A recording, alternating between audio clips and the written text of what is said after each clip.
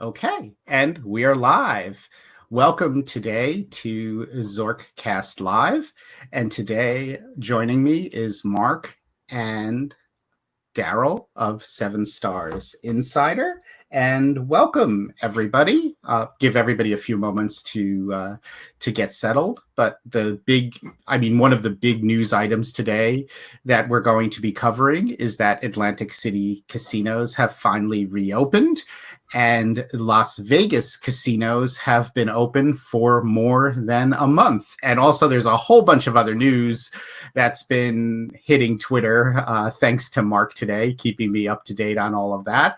So welcome, everyone. And just to remind you, some of our topics for today that we were focusing on, like I said, a month later, what's happening with the Las Vegas casinos opening. Atlantic City casinos opened on July 2nd. So Darryl has some insights for us on the rules and also some personal observations. And then maybe we'll talk a little bit about some of the changes for loyalty members at the casino properties. So quite a bit to deal with today. So welcome, everyone. Thank you for joining me. Thank you for inviting me. Looking forward to it. Another good time.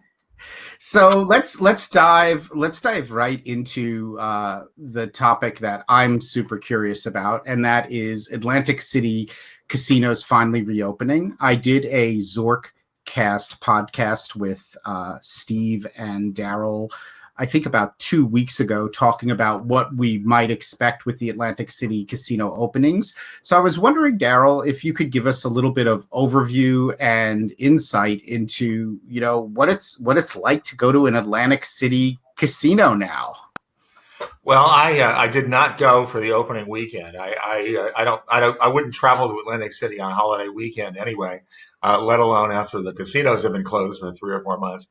So I did make a little day trip yesterday, just in terms of market research, if you will, and visited almost all of the casinos for a little bit. I didn't get to Borgata, obviously, because it's still closed, and we're not sure when it's going to reopen.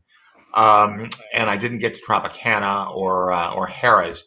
But I did get some reports from people who actually did an overnight at Harrah's and did not find it super pleasant. And, it's not necessarily Harrah's fault, but, the good governor of New Jersey sort of at the last minute pulled the plug on indoor dining and then added, a no smoking clause on the casino floor, no drinking.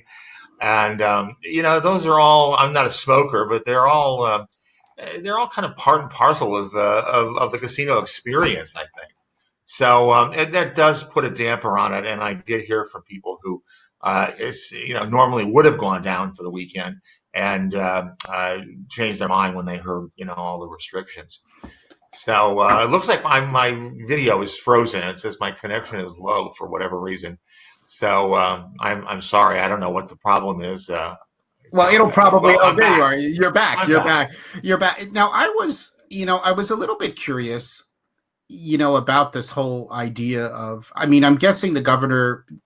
Now, Atlantic City casinos are 25%, right? So it's only 25% of the occupancy of the casino floor. That's correct. Yeah. But the governor still felt that in order for people to comply, that they couldn't do like they do in other jurisdictions like Las Vegas, have cocktail service or have indoor dining. Or is indoor dining a New Jersey thing where there's no indoor dining in New Jersey and they decided to do the same thing, in the casinos? I mean, what was there a little bit of a method to the madness? There was no dining at all, and the casinos just got caught up in the plan. The plan was on July 2nd for indoor dining to resume as well.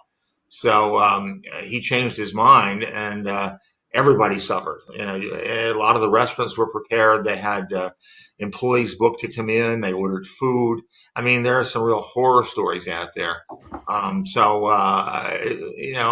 don't think a lot of the restaurateurs, if you will, are that thrilled with the governor right now. So yeah, it was everything happened a perfect storm or an imperfect storm, depending on how you want to refer to it. Is when everything just nothing was going to open. So And then that's why Borgata decided if they couldn't give their customers the full experience, or how I worded it, they just chose, not to open. Yeah, that was a very controversial decision by Borgata to announce they were opening and then to announce they weren't opening. I'm not sure I'm totally in agreement with that or not, but it was interesting. I mean, I do understand the casino experience conversation of it, like not being able to give customers the experience they wanted. But on the other end of it, I sort of want to see the employees get back to work. So sure. I was a little torn on that decision. I don't know. Maybe I'm just a little skeptical about the big corporations like MGM sometimes, about all of their motivations. If there was more motivation than just we can't give our customers the proper experience, or maybe I'm just reading too much into it. Yeah, I don't know. And as you know, also, I mean, Caesars, and when I say Caesars, I'm referring to Caesars, Bally's, and Harrah's, of course. They did open on the 2nd, but only to their 7 stars and other certain invited players. And again, I can't vouch for this. I just heard this, secondhand, that apparently there weren't enough of the 7 stars people, and they ended up just letting anybody in. I mean, it's like turn-away business, if you've got plenty of space in the casino. So I don't know that was true or not, but I can see how that could be. No, that's interesting. So Mark, how are you feeling after I saw you a month ago in Vegas? So how are things doing in Vegas now? Like, what's the vibe? Like what are you feeling? I feel fine personally, thank you. In general though, it's a really strange feeling out there, and it seems like what's capturing the country is captured in Las Vegas as well. So you've got a lot of uncertainty around things, and a lot of, here's the rule, but is it being enforced? Is there a reason to enforce it? Is there not a reason to enforce it? You mentioned MGM closing Borgata. As a former business owner, actually, I guess I'm still a business owner since I work for myself. MGM made the decision that makes financial sense for them in New Jersey, as far as I'm concerned. They're not going to give the typical experience at Borgata, and they're going to make less money. So why stay open? So I get why they would do that. But as it relates to Nevada and Las Vegas, it's very strange out there, and it's hit and miss. I don't really feel comfortable going into casinos right now on a regular basis like I used to. Sure, I'll go in, meet somebody else, have a meal, enjoy myself, but I'm not going to sit there for hours and hours and gamble. And there are people, though, that will. And for those people, have a great time. Keep spending money. Let everybody have a good time. But it's really it's definitely strange and different, and I'm for it. Just if they can safely stay open, and while things get figured out, then more power to them as businesses. It doesn't seem like there's the pending mass closures that we were hearing about over the weekend. So that's a good news, but we'll see, how things progress. I'm not sure that the mandatory masking is working or not working. I really I don't have the patience to do the research on a regular basis. So for me, I'd rather on my Wednesday night, I'd rather watch wrestling and have a couple of marijuana candies and enjoy my night, as opposed to doing research on data that I share every Sunday on Vegas News at TravelZork. So but I noticed the hesitation about visiting casinos, and I noticed a little bit of that hesitation from Darryl too. And that's a feeling that I've never had in my life. So it's sort of interesting because Darryl, you seem to be very strategic about when you'll visit a casino now. Like you're really thinking about when you feel comfortable going. Am I reading into that? You're correct. The reason I went to MGM, I'll be perfectly candid, is they sent me some very generous free play offers, and they were good for a week, and it's good every week until September 6th, and they're good from Monday to Sunday. So I was really ready to get out of the house anyway.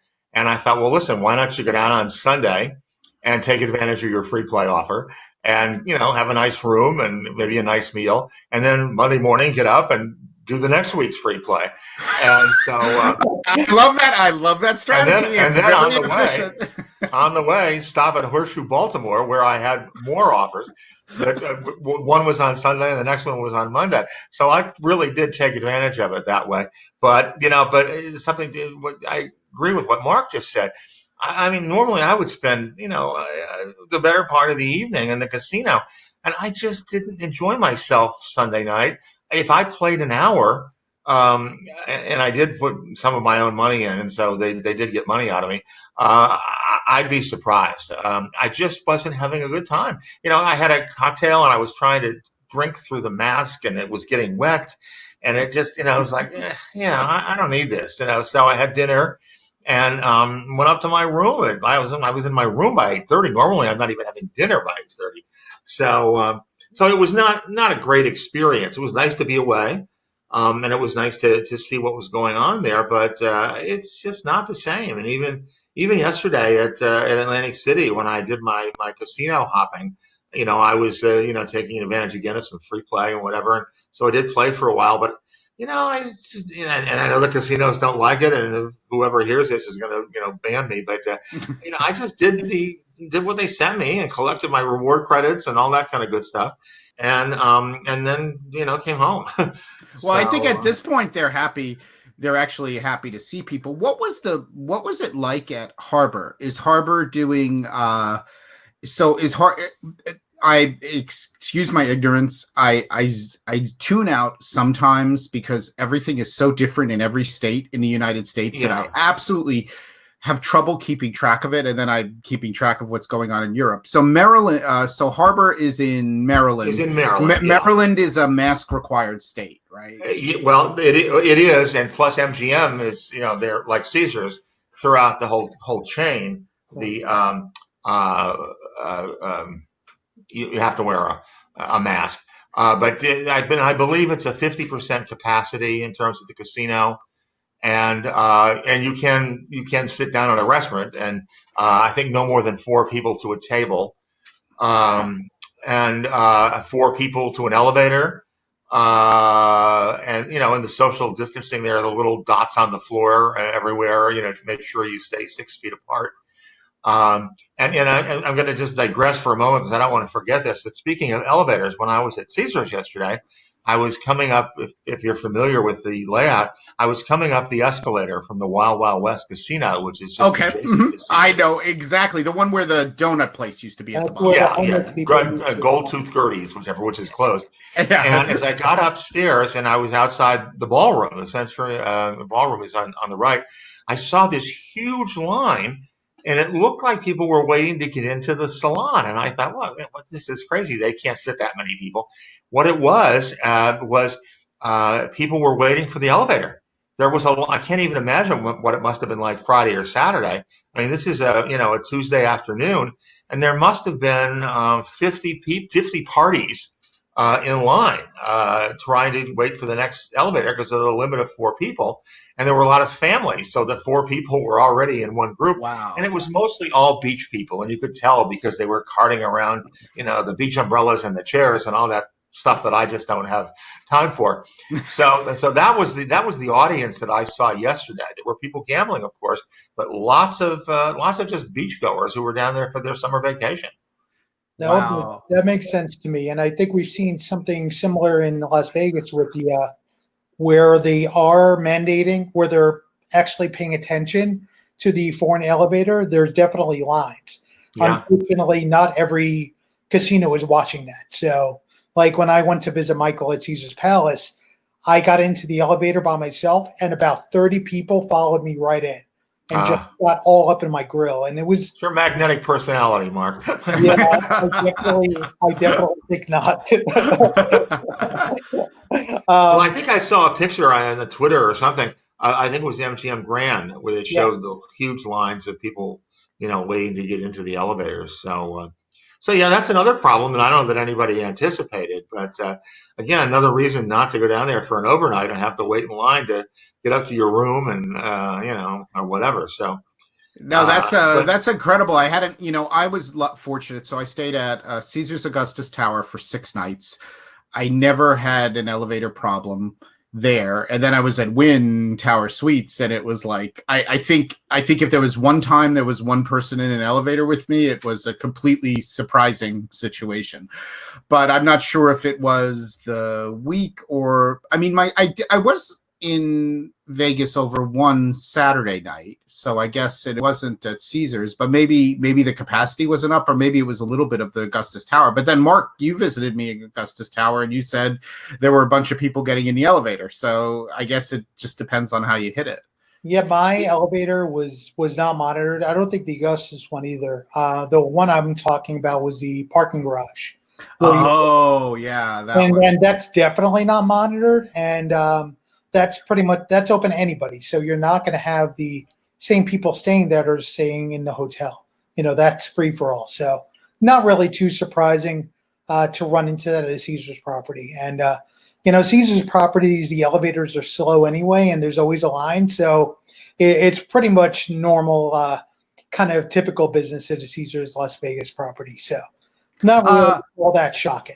Before I forget, so Darryl, how are they dealing with the lounges in Atlantic City? Is it similar to Las Vegas? they're closed. Well, no, I know that, but are they giving the $20? Yeah, Caesars is giving you put your player card in the a slot machine, and they'll download 1,000 reward credits, which is $10.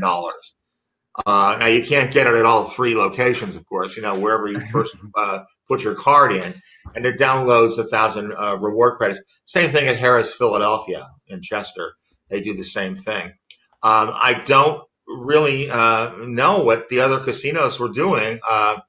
Ocean had planned to open their clubs, I should say, because they have multiple ones similar to Caesars with their 7 stars. But of course that went away when the governor said no indoor dining. So I don't know that there's anybody's doing any other alternatives other than the Caesars properties. Yeah, a lot of hotels are like my wife and I for our anniversary did a little staycation in London and stayed at a Hilton, and we regularly get lounge access, and they had the lounge closed, and they did a similar kind of thing where you got drink vouchers and canapes in the restaurant. So it was, and it actually worked out okay because they were giving premium drinks, which are nicer than in the lounge, but it's that same kind of thing.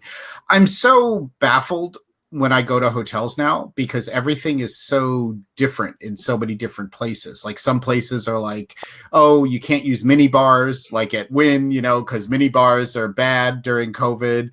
And then I go to other hotels like a Hilton in London and mini bars are okay. Other hotels like Wynn, it's only plastic cups in the bathroom. But the Hilton I was just at this weekend, there was glass cups in the bathroom. I'm like, it's just like everybody's like sort of like trying to figure out their own things. Like they had, like I was surprised at the Hilton we went to this weekend, they did temperature checks with one of those temperature guns. I was surprised to see that in a city hotel, and I think they're doing that at Caesars, right? But only for hotel guests. Did they do that at MGM when you stayed overnight, Darryl, at a Harbor? Yeah, but they didn't do the temperature check until I went into the casino. So if you're going directly to the hotel, then you don't have a temperature check. There was nobody to check at the elevators about the occupancy, but again, I think only one time I had two ladies in the elevator with me. Other than that, it was always just me or the most one other person. But I can address the rooms because I did do one overnight Sunday. There was a seal on the door that the room had been prepared for me and nobody else had been in there. There was a sealed remote for the TV. The mini bar had a seal on it, but you could take it off, but it was just to let you know that that it was safe to enter. And there was a little zippered plastic packet that had a mask, and a very nice mask. A pen, which I didn't discover until after I got home and looked at it, and a little bottle of sanitizer. But again, this is crazy. Glasses, real glasses everywhere. There are two with the ice bucket above the mini bar. All of the individual little food, the snack things that you get overcharged for, those were all gone. But there was a Keurig coffee maker and two Keurig coffee pods, so I could make coffee if I wanted. It was just very inconsistent, a fresh roll of toilet paper and a fresh tissue box, and they were actually encouraging you to take them with you because they were going to be tossed. No, well, that's what's so also confusing. Like Marilyn says that that at Hard Rock they have thermal imaging. I remember Wynn has thermal imaging on the entrance. Other places do temperature checks. Some places don't. And then there's the whole glassware thing, which is so confusing to me. Like when I was in Las Vegas and I gambled, the first night I gambled on the 4th, which was the first night, you could play table games at Caesars. I played craps. They had drinks in glasses and you could smoke. And masks were required, but at craps. And then I think that's all changed now. I think there's no smoking. I mean, I can't even keep track of it. Like, Mark, is smoking still allowed at Caesars in Las Vegas, or is it not allowed at the gaming? I have no idea what Caesars is doing because I have no desire to go back to their filthy casinos. Just bluntly, after going and visiting you and seeing the lack of cleanliness of the property, of the premier property of theirs, they could just stay where they are and exist and leave me alone. I'll spend my time in nicer places or the locals casinos where I live, and I'm dying. As much as I said I'm fine not going to casinos, I'm really jonesing for like a good 20-minute video poker session. Followed by happy hour, so I feel like that's going to happen. Well, how's Red Rock? Red Rock is your closest local. What's it like at Red Rock? I'm actually equidistant between Red Rock, Suncoast, and Rampart. Red Rock is clean, but it gets busy because it's the most popular casino in this area. In descending order, Suncoast a little less busy, and then Rampart a little. It's different kind of busy because it's mainly older folks from the retirement area where it's located. So it's weird to watch the pool, like, for example, at Red Rock was packed over the weekend for the holiday.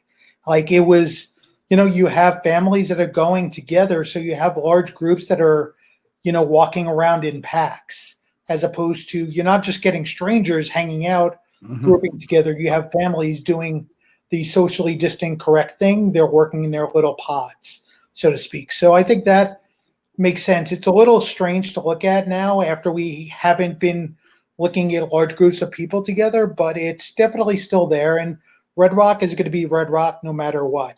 The other ones I haven't been to and seen much about. Not too many people I know go to either Rampart or Suncoast. So those are not high on the publicity side of things as far as my eyes see. I really do want to get to Rampart, though, and check it out, just because it's generally not as crowded. And they have outdoor seating areas, and outdoor I can go. The Starbucks goes to the outside, so I could grab a nice cup of cold brew, hang out in the little gardens that they have there, and enjoy myself, have a little indoor-outdoor fun. No, that sounds good. So how about you, Darryl? What's your next casino adventure? Or are you not sure yet? I don't. I've gone over to, only because it's 20 minutes away. I've gone over to Harrah's, Philadelphia, a couple of times for lunch, and I'll do some takeout at Guy Fieri's. I've got reward credits to burn. So even though I'm overpaying in a way, at least I don't have to worry about cooking dinner. I'll get a nice filet from there and have them cook it rare, and then I'll, reheat it at home that night. So that's about all I've been doing is that, and that's probably the next place I'll go. I have no interest or desire to go back to Atlantic City anytime soon.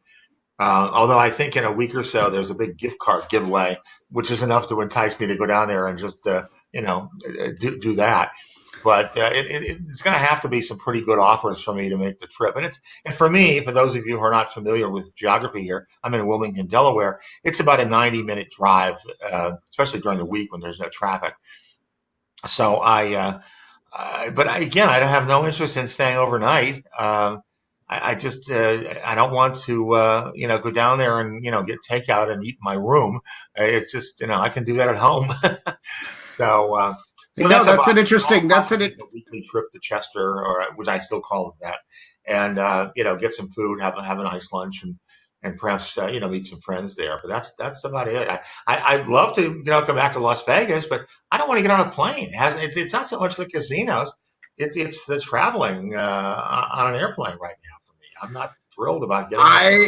I hear you. I mean, domestic U.S. travel, and I'm pretty loose about that stuff, but I think, you need to think about it, especially routes to Las Vegas tend to be relatively full. And, it is an uncomfortable situation being on a plane. I mean, it's a closed area. I mean, I always, people said to me like, oh, you went to the opening of Las Vegas. And I was like, I went to the opening of Las Vegas, but you realize that I was on a 787, which is it's a -9, which is a very large wide body plane, which had 38 people on my flight out, and my flight home had less than 50 people. I mean, there were so few people on the plane, it was naturally social distance because there was nobody for rows and rows near me. So I didn't feel any problem there. I think somebody else was asking, Diane asked, Darryl, what do you think about Harrah's, Philadelphia? I guess Chester. Do you think of the cleanliness as clean as AC? Did it seem equivalent? Did you see? I found AC and Philadelphia very clean. There are people walking around like crazy, wiping down chairs and machines. I was there the very first day because I was writing my Mr. AC Casino column for the following Thursday when the casinos in Atlantic City were going to open, and I wanted to get a feel for what it's like to gamble in a pandemic era, I should say, and that was going to be the closest I could experience it with the masks and the social distancing and everything. So I was there for the first day, and things were a little loose that first day. I just think people weren't ready for the masks and pulling them down to have a cigarette, which has stopped as of 4:00, I think, last Friday. They pulled the plug on smoking at Harrah's, and I believe that was just an individual casino decision by management. But even to have a drink or anything and pulling the mask down, they wouldn't put it back up, or people would talk to each other and they'd pull the mask down and yell across the room. But that seems to have changed when I was there a second time. So I think that's getting better. And it's just hard for me to talk about Atlantic City because I was there for such a brief time yesterday. I did hear, and I didn't get to Harrah's, but I heard they weren't doing temperature checks. But I was at resorts; they did them there. They did it at Caesars. There were guards by the door to make sure that you use the hand sanitizer, and they were very polite about it. It wasn't like the Gestapo was there. I mean, it was just they were very nice. But no, I didn't find any sanitary issues at all in either Atlantic City or Harrah's, Philadelphia. Yeah, I mean, to me, it's almost like a reaction when you see all these machines with the hand sanitizer. You keep like putting hand sanitizer on all day long. I feel like you're always running into I almost feel like I'm using too much of it, but I think it's good. Somebody mentioned, Marilyn also mentioned in the comments that if you venture off the boardwalk, there are a lot of good restaurants with outdoor seating in Atlantic City. And I guess I sort of knew that. So I guess that's another thing to think about. But it's also hard when you're dealing with, so much a plethora of comp dollars and you're used to gambling and being in the casino. I guess it is a little bit of a change of routine. Yeah, I mean, it's a risk of sounding cheap, which I am. I've got a gazillion comp dollars around town. I don't care whether I'm only going to spend $30 at a restaurant for dinner. why should I spend money when I, can get a thing for free? I mean, I stocked up yesterday at resorts. They have a wine and liquor store. I just stocked up my liquor, and I bought a dozen I love bottles of it. This wine is at the Golden but this is Nugget. the game. I mean, this You is know, 'cause why we do they're what going we to do. penalize Golden Nugget. I don't know. I'm not sure of resorts policy. But Golden Nugget, your comp dollars expire after a year, and even though they've extended it because of all the other benefits and stuff that I've gotten, I've got a lot of comp dollars that are going to just go away as the end of September, and I thought I'm just not going to let that happen. So, that's another thing you have to look out for. But it just, I don't want to. Once I'm in, that's the advantage of the casinos with a hotel, unlike Philadelphia where there is no hotel. It's nice if you want to take a break, you can take the elevator after you wait up to your room and take a little nap or whatever. But when there's no hotel, and Horseshoe Baltimore is the same way. It's a beautiful casino, but they're not connected to a hotel. And if you want to take a little break, it's just, you gotta either walk across the street to the Holiday Inn Express or, get in your car and go to the other hotel that they might have assigned to you. So that's, those are all things. Horseshoe in Baltimore has a very interesting outdoor gaming area also They too, do. which I think is very interesting. I noticed that. So that's a big thing in London for a couple of the casinos because you can only have smoking on outdoor terraces. So a few of the casinos have totally built out gaming on terraces so people could smoke. But I didn't realize that I sort of knew it about Baltimore, but I thought that was sort of interesting that they did that. And I guess that's going to be a even more popular place now. Oh, definitely, definitely. I didn't think to go out there to see what it was like when I was there Sunday. But in the casino, it was relatively quiet. Again, it's hard to say, with I think they're at a 50% capacity there, but it didn't even seem that busy, even factoring in the half the slot machines were down. And Monday morning, as I drove back when I stopped there, it was like a morgue. I mean, I think I saw maybe 20 people there playing. So it was really quiet. Wow, that's crazy. So actually, I wonder if you've heard anything about this, Mark. Lake Tahoe. Rich asked in the chat, have you heard anything about Lake Tahoe at all? I heard there was a fight there over the weekend, and I heard that people up there don't like wearing masks. And William Hill would like to still operate this sports book. I believe at Twin River Casino, but that's literally all I've heard. I cover Vegas, so it's pretty fringe for me to hear anything about Reno, Tahoe area. Yeah, I mean, I guess the biggest news of recent, which I happened to glance over, was that Harrah's is closing in Reno. Correct? Yes, which it's is already closed. It just, which is historic. Yeah, I mean, that was It's going to become a big mixed-use apartment complex. Wow. I mean, these are some of the changes. And now that we're talking about changes, there was a little bit of news today, Mark. Do you want to start us off on some of the top news stories of what some of the things that happened today? I think some El Dorado news too, which I don't follow as closely as either of you guys do. Yeah. Hey, Michael and Mark, I'm going to excuse myself from my connection keeps cutting out, and I think I might have a solution. I'm not sure. So if you'll excuse me for a few moments, I'm gonna exit, and I'll come back within five minutes, and I'll let Mark talk. No problem. When you come back, you'll just have to turn your camera on again, but you should be able to come right. I see. I should do the camera thing. Okay, I never thought about that. Okay, let me do that, and I'll be back shortly. Okay, no problem at all. And I have beautiful Mark up here. So Mark, what were you talking about today? So I just posted. Excuse me, a little bit from talking. I just posted a tweet in the chat room a little bit ago. Nevada Gaming Control Board voted to approve the El Dorado Caesars merger. Gaming Commission will take up final approval after the Gaming Board votes on William Hill's application to take over all Caesars sportsbooks. And that's actually happening right now. So I'm trying to bounce back and forth to stay up to date on everything. But it looks like the Caesars El Dorado deal is done or halfway done in Nevada. It already has approval from the Federal Trade Commission, as we've been leaning towards. Indiana El Dorado says they're going to sell or divest from. We're going to divest 2 properties in the state to get their approval, and I believe there's one other state that's outstanding. And if I looked at TravelZork from Sunday, I probably would find that pretty easily. But I have too many tabs open right now, and I don't want to crash the webinar thing, so I'm not going to go look at that.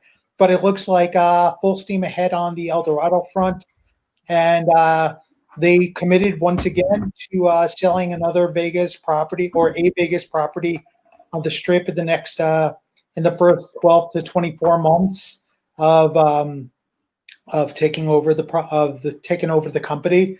The rumors for that still are either Bally's or Plaza Hollywood, maybe some land. Another thing that was brought up today was that I found interesting was with regards to the synergies. They've spoken about creating $500 in synergy to lower their expenses, and I believe they said they've doubled it. So they're going to save somehow $1 billion between the 2 companies, or near close to $1 billion between the companies when they're done merging. So that was interesting. Another thing I found interesting, and not really important, but interesting, and that's it. Caesars loses $3 million a year for every buffet they have open.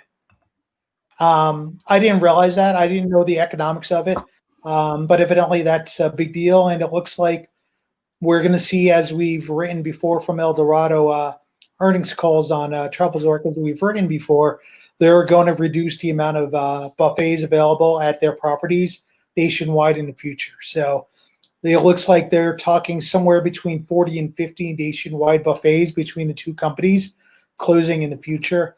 And that goes to the synergies thing. Another thing I found interesting today that happened before the call is they discussed the loyalty program. And I'm glad that Darryl's back, even though he's not moving.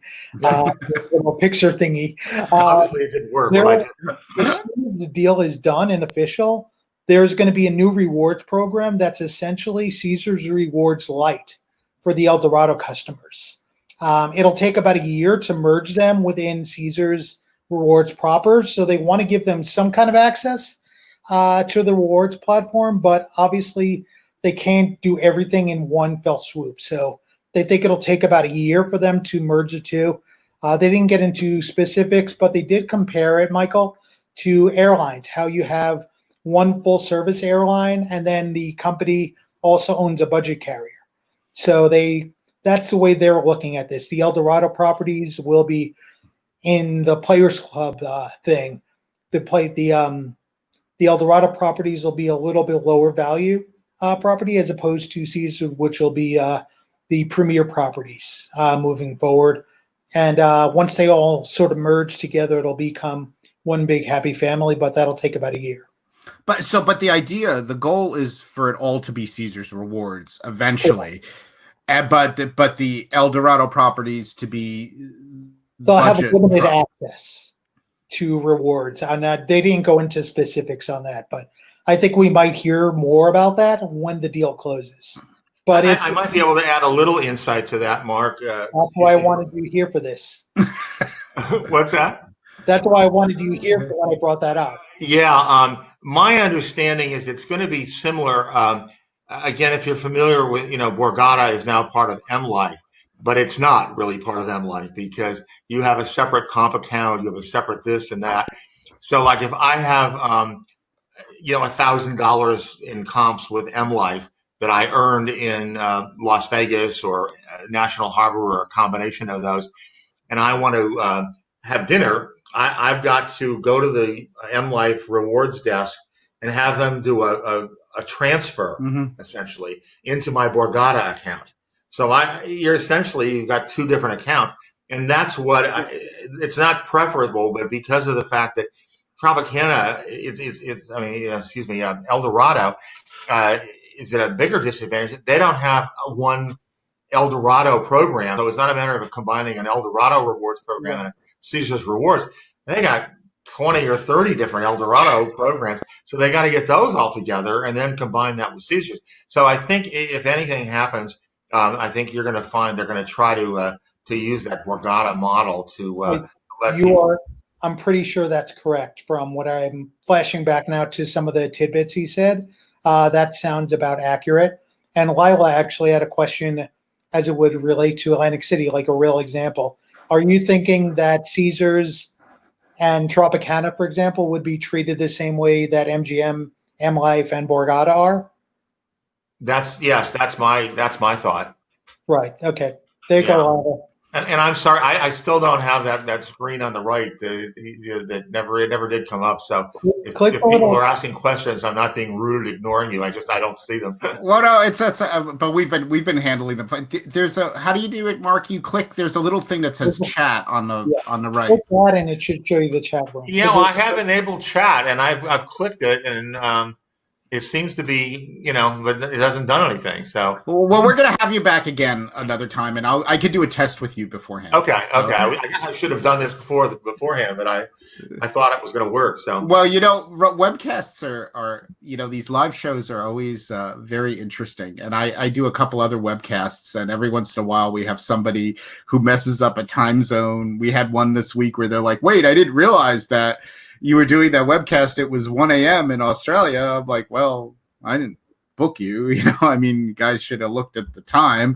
Or there are other kinds of situations where people are where they don't check out their technology till right beforehand. And I had a guy in Hong Kong where the VPN was on, or he couldn't get in, and it was nothing we could do to get this person on the webcast. So I find it to be an interesting challenge. So Darryl, the $1 million question for you: what do you think? Eldorado, this merger, positive, negative? Do you think it'll be good for Caesars? Do you think it's going to help revitalize the brand? Do you think they're going to give it more love? What's your gut on this Eldorado thing? If they do it right, I think it will be good. It'll give people who are living in parts of the country where there is no Caesars-owned casino the opportunity to be part of the Caesars Awards program. I mean, say what you will, it's a pretty darn good program in terms of its offerings and its flexibility, and the fact that everything is portable, if you will. If I earn reward credits at Harrah's Philadelphia, which is 20 minutes away, when I go to Las Vegas, if I ever get back there, I can use those. And I mean, right now I'm equidistant between a local Delaware casino called Delaware Park and Harrah's. And when Harrah's opened, I frankly just dumped Delaware Park because I thought, what's the good of earning comp dollars at Delaware Park, because they're only good at Delaware Park, or free play, where at least if I go to Harrah's and drive the same distance, I can take advantage of using comp dollars that I've earned in Atlantic City or Las Vegas, and vice versa. So I think that's what Caesars has going for it. As I said earlier, Eldorado does not have one gigantic Caesars Rewards like program. So if you earn something at Tropicana Atlantic City, it's only good at Tropicana in Atlantic City. And I believe, I'm not even sure that some of the other Eldorado properties recognize your tier status. So you might have the highest level card at Tropicana Atlantic City. I don't know if that's going to do you much good if you go to, I can't even think of an example because I'm not that familiar yet with all the Eldorado properties. I guess there's several in Reno, which is one reason I think Harrah's is gone Reno, because right across the street are at least 3, if not 4 Eldorado properties. So, why add another one to the mix? Well, what do you think is, I mean, Mohegan and resorts also have that kind of, you've got to transfer the credits over kind of thing, right? Yeah. Because momentum is not at resorts. My biggest curiosity is what Mohegan's going to do in Vegas. Is it going to be a separate program, or is it going to be truly the momentum program? Well, they tell me it's going to be momentum. That's going to be really good for Mohegan, because that means you're going to have seamless earnings between Connecticut and Las Vegas. I'll believe it when I see it, but I believe that's what they told me. Yeah, I heard the same thing, Mark, from the resorts PR people. I heard that from the Mohegan Sun people. They didn't want to give me any information beyond that, but they said that's the way they see it happening. Last week they unveiled the new logo, which is phenomenal, with the where you have the regular Virgin logo and the new Mohegan Sun logo, which is exactly the same as the Mohegan Sun logo. They just stack the two on top and boom, new logo. But just to piggyback on what Darryl just said, something interesting that he just jogged in my brain that came up during the special meeting today is that 40% of Caesars revenue comes from the Vegas Strip and 60% from the national, from the regional properties. And what I believe it was Tom Reeg said from El Dorado is that they have almost all regional properties. And with travel to Las Vegas coming back slowly, very slowly, the regional properties are seeing, that pent up demand of people that just want to go out and bang out 20 minutes of video poker and have happy hour and don't want to get on an airplane to do that. So their business will be better for Caesars when they have even more regional properties to offset any travel issues in the future. I thought that was interesting. Mm-hmm. Also conventions too. Correct. I mean, conventions in Vegas are a big thing. As an aside, Darryl, I never mentioned this to you, but I was wondering if I'm sure you track this, but it's a really good deal if you ever want to come to London. You can convert your Caesars, $1 to £1 in Caesars Rewards UK, which is actually quite advantageous, though the exchange rate isn't as strong now. But it's quite an advantageous conversion if you ever wanted to do that. But the slot machines here are horrible. The table games are great if the casinos ever reopen in London. Which, I've thought about that because Ocean, one of the benefits of their chairman's card, I think it is there's no transportation, but it's a 3 or 4 night stay at, I think, your choice of one or a couple of hotels there. So if you could combine your benefits from Ocean with Caesars, and then if you've got airline miles to use up, you could do a pretty nice trip. Yeah, no, definitely. But that is the power of these programs. I mean, even though Caesars UK is a different program, it's still relatively It's connected the same way the Borgata MGM connection is. You've got to tell Caesars physically, I want to move reward credits from Caesars USA to Caesars UK, and they do it. So that's sort of interesting. So is there a prediction on when Borgata is going to open, or is it a little bit loose? It's all according to what I've been reading. It's all based on the governor when he makes his decision to open up restaurants again. And the last quote I saw from him is, we're not talking a matter of weeks, but we're talking about a matter of a month minimum. So I can't imagine Borgata is going to stay closed for, they'll find some option or they'll do something. I mean, the other casinos in town are really being creative in terms of putting up outdoor dining venues. I mean, Bally's has a rooftop deck that they put tables and chairs in, and the food's coming from Guy Fieri's. The pool deck at Caesars is they've set up tables and the food's coming from Nero's. So and they've set up a big tent at Harrah's, and Gordon Ramsay is doing dining under the stars kind of thing. So there are ways to get around this, but you've got to be creative, and it takes a little bit of effort. And unless there's a covering, if we have a bad storm, and we've had a couple of doozies this week, that also puts the kibosh on the outdoor dining. Yeah, no, it's because the properties aren't really designed for it. If you were just what? I was trying to think if you could do something similar at outside of Borgata, because I know like Harrah's, you have the little concrete area by the water. You haven't been to Borg since they opened up the beer garden outdoor pool thing. That's why I'm at. Is it even something they could do with the dining outside? Because they could do. They have more. I think they have more space there. I still think it's. I mean, my personal opinion is. I mean, I like it at all because I happen to have a sweet spot for Borgata. It still, to me, seems a little concrete jungle, for lack of a better term, because it just, you've got like big towers, and you try to make it like it's a posh pool area, but it's really concrete, but I mean, I think they definitely could do creative things around. I think there's enough space around the outside of Borgata. I think they just have to. I just think they have to do. They just have to decide if they want that kind of investment. I mean, it makes sense to me. I mean, do it. Golden Nugget has the best setup because they already have an outdoor dining and entertainment venue called The Deck, which actually was open prior to the casino's opening. And in fact, that's where I had lunch yesterday. And so that's and Landry's is essentially a restaurant company, so they were very quick to jump on that. And again, it's a relatively limited menu, but the tables are spaced far apart, and you can get a decent lunch there or even a decent dinner there. They just put out a new menu apparently the other day, and they offer a filet mignon and baked potato, 8-ounce filet, baked potato, and seasonal vegetables, quote unquote, and it's about $40. So, that's not a bad deal. And you're sitting outside, and if the weather's nice, and part of it is covered over with a gigantic awning. So even if the weather's marginal, you can still eat out there, and you can use your comp dollars 1-to-1.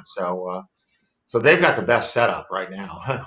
Well, I've got to think, now that I'm just pondering it a little bit, that the other casinos are probably quite happy that Borgata isn't open, right? I mean, there's so much demand that's coming to Atlantic City. Obviously, there are some people, I guess, that are diehard Borgata fans that only go there, but most people happen to be set up in more than one casino.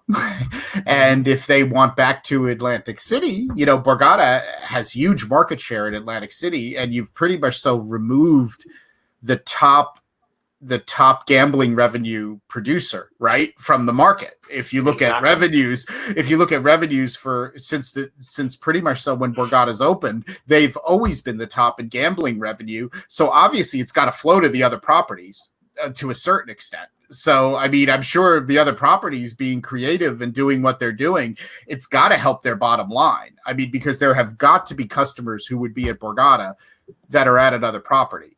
It just has to be. I mean, there's no other way around it. So it's sort of it is sort of interesting to watch how that's going. Well, I thought about this yesterday when I saw all of what I'm calling the beach people.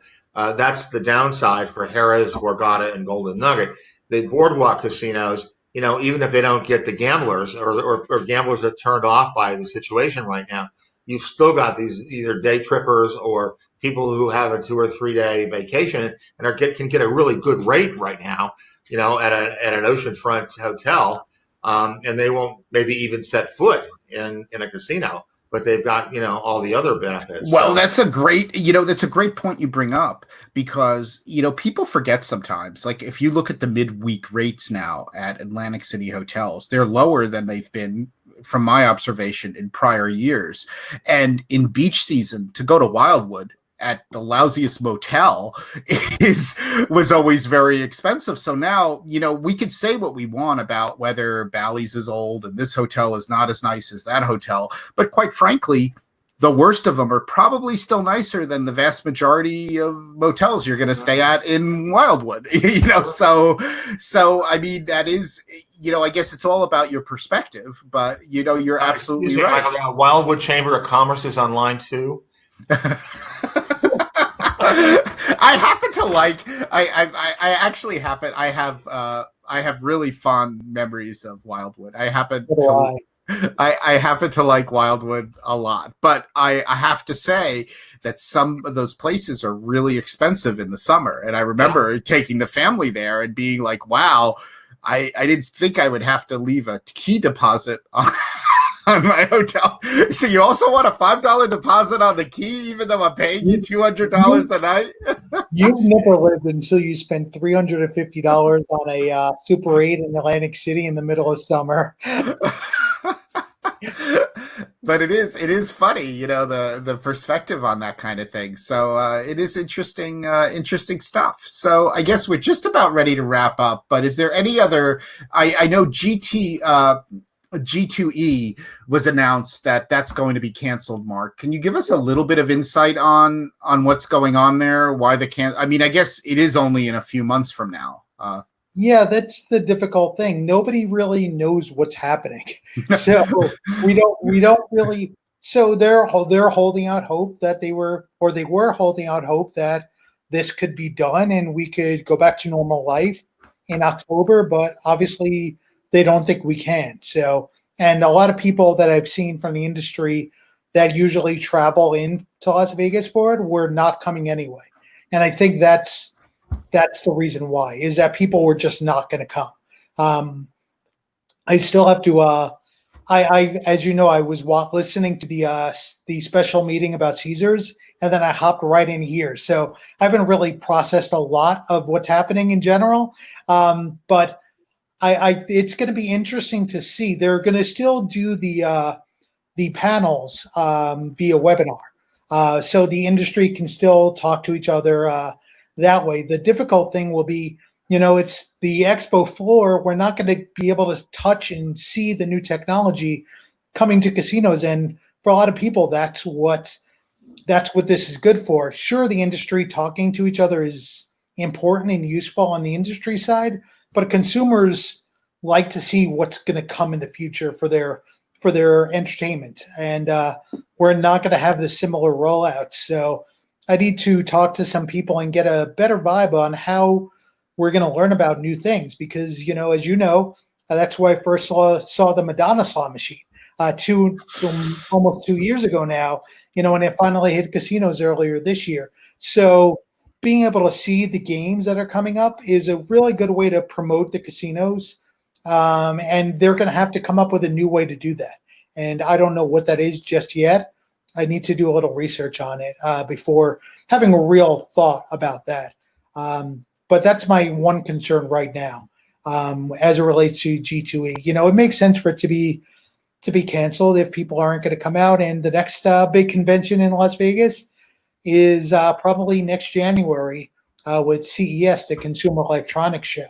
And that's the biggest of the year in Las Vegas. So I believe they're going to do all they can to keep that on. But honestly, who knows what January 2000 and what year is it? 2021 is going to be. Yeah, I know it's a little hard now. I don't even know what Saturday is going to be like. So, it's difficult to project what's happening today into another couple of months. But it's something to keep an eye on. Is if the largest convention doesn't come to Las Vegas of the year, how does that affect the business of all of these companies? During the Caesars thing today, they said they reiterated what they said during their earnings call for the second quarter, and that was that large group bookings are up for the fourth quarter. It looks like they were going to have meetings, conventions, and the such. And MGM said the same thing. All the companies said that. But if we're now pushing this back another quarter, how much longer can they survive on half capacity and eating in your room versus going to a restaurant and and so on and so forth. So it's a lot to take in and a lot to think about. And I honestly, right now, I need some time to sit and think about that. Maybe when we chat next, or maybe by Sunday news, I'll have a little bit more of an opinion on this. No, that makes sense. And Darryl, any final words from you? Also, remind everybody, I know you're doing a lot of updates lately on 7 Stars Insider about, dining and other things. So maybe also remind people about what you're updating regularly on 7 Stars Insider, because I know you try to keep that very. And also, there is a companion Mr. AC Casino website, MrACCasino.com. And so I'm, that's more generic. I mean, I don't just cover Caesars related things on there. I have to, try to do as much, give everybody equal time. So, between those two, hopefully stay up to date. Although, as Mark is pointing out as well, things are happening so fast that it's difficult many times to keep everything up to date. But I know we're both sure trying, and you are too, Michael, through all of your websites and podcasts and things. So yeah, just stay tuned, and we'll try to stay on top of everything. And at least it passes the time. Now that we're all sitting around doing nothing at home.